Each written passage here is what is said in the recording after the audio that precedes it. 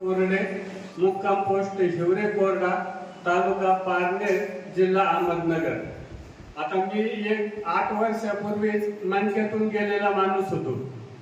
आता सुरुवातीला मणक्याचा त्रास कोणाला असेल त्यांना कळत असेल की किती अवघड काम असतं, माणसाला जीवन नकोस होत असतं. त्यावेळेस मी सुरुवातीला लहान मोठे बरेच डॉक्टर केले, त्याच्यात काही फरक पडला नाही म्हणून मोठमोठे डॉक्टर केले. अहमदनगर असेल, शिर्डी असेल, नंतर पुण्याला गेलो. शेवटी प्रत्येक डॉक्टर सांगायचं की ऑपरेशन एवढा एकच पर्याय आहे. आणि ऑपरेशन तर काही मला नातेवाईक करून देत नव्हते, कारण ते म्हणायचे ऑपरेशन करायला जर गेला तर तू यांना खाटव झोपला का तू कायमचाच झोपून राहशील.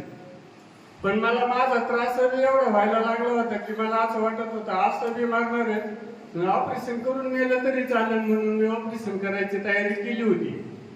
पण तेवढ्यात एक माणूस असा म्हणजे देवाच्या रूपातच भेटला. त्याने सांगितलं बाबा तुला ऑपरेशन करायचं तर कर, पण माझं येण्याचं एकदा ऐक, तू मलकापूरला जाऊन ये आणि मग नंतर ऑपरेशन कर.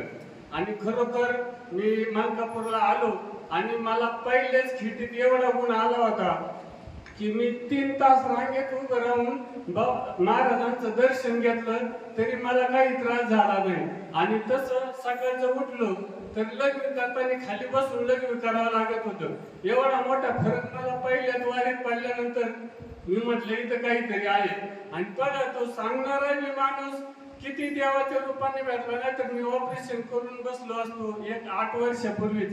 त्यावेळेस मला 80,000 रुपये खर्च सांगितला होता आणि मी ती पण करण्याची तयारी ठेवली होती.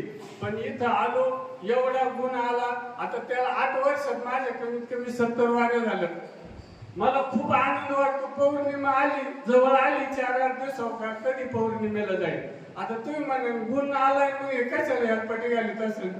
पण इथं आल्याच्या नंतर आनंदच एवढा भेटतो की आपण तसं कुठेतरी फिरतोच ना, मग हेच देवाला यायचं, आपल्याला समाधान वाटतंय, आनंद वाटतो. एक मुक्काम रात्रीचं चांगला वाटतो बा, घरची काही किटकिट राहत नाही, काय नाही, टेन्शन नसतंय.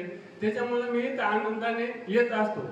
बरं आल्याच्या नंतर आता एवढं उभं राहिलं म्हणजे खूप माझं भाग्य आहे. माझं पहिलं आयुष्य संपलेलंच होतं, कारण मी मंडळीला सांगून टाकलं होतं हे 10-5 पावत्या होत्या, म्हटलं एवढ्या पावते माझं आयुष्य संपलेलं आहे, याच्यात तुला काय करायचं ते कर.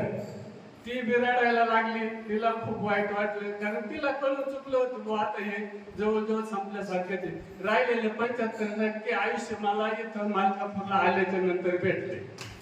चालण्याच्या केंद्रामध्ये आता त्याच्यानंतर मी